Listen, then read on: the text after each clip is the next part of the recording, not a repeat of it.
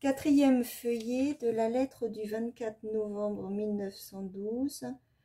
Nous pourrions encore avoir un trafic complémentaire entre nous. Je ne peux pas prendre dans ma main assez de choses que tu as tenues dans ta main, et je ne peux pas t'envoyer assez de choses qui m'ont concerné. Alors j'ai depuis longtemps fait le projet, et c'est seulement par négligence que je me suis toujours dispensée de le mener à terme, de collecter diverses informations qu'on trouve dans les journaux, qui me semblaient étonnantes pour une raison quelconque, qui me touchaient de près et qui me paraissaient personnellement importantes pour un temps indéfini. Le plus souvent, c'était à première vue des choses insignifiantes. Dernièrement, par exemple, béatification de 22 jeunes noirs chrétiens d'Ouganda. Je l'ai même retrouvé à l'instant et je le joins. De les découper et de les classer. Presque un jour sur deux, je trouve dans le journal une information de la sorte qui m'est formellement adressée à moi seule.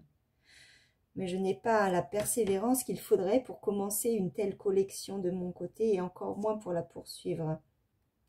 Mais pour toi, je le ferai avec joie. Fais-le donc si cela te plaît de ton côté pour moi.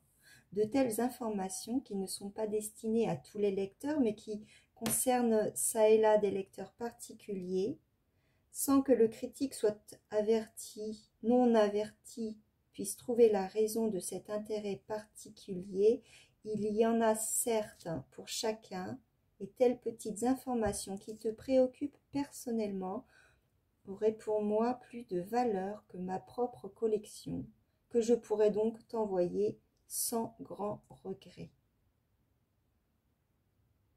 Comprends-moi bien, je ne pense qu'à des petits extraits quotidiens, surtout à propos d'événements réels. Les extraits de revues ne seraient que de rares exceptions. Ne crois pas que je veuille déchirer tes belles revues pour moi. Du reste, je ne lis moi-même que le quotidien pragois Prager Tagblatt, et cela très sommairement. Et pour ce qui est des revues, la Neue Rancho et puis encore Palestina, qu'on ne m'envoie plus alors que je suis toujours abonnée. Probablement cette revue croit-elle que lors de notre première soirée ensemble, avec l'unique cahier d'alors, elle a fait plus de choses pour moi que pour d'autres abonnés pendant toute une année, et cela est du reste exact. Pour tout de suite, au début de la collection, envoyer une contribution de valeur, j'y ajoute encore un compte-rendu d'un abominable procès. Et comme j'ai parlé de mon voyage à Crozzo, comme cette fâcheuse pensée ne me quitte plus. Ma petite histoire aurait certainement été terminée demain, et à présent je dois demain soir partir à 6 heures.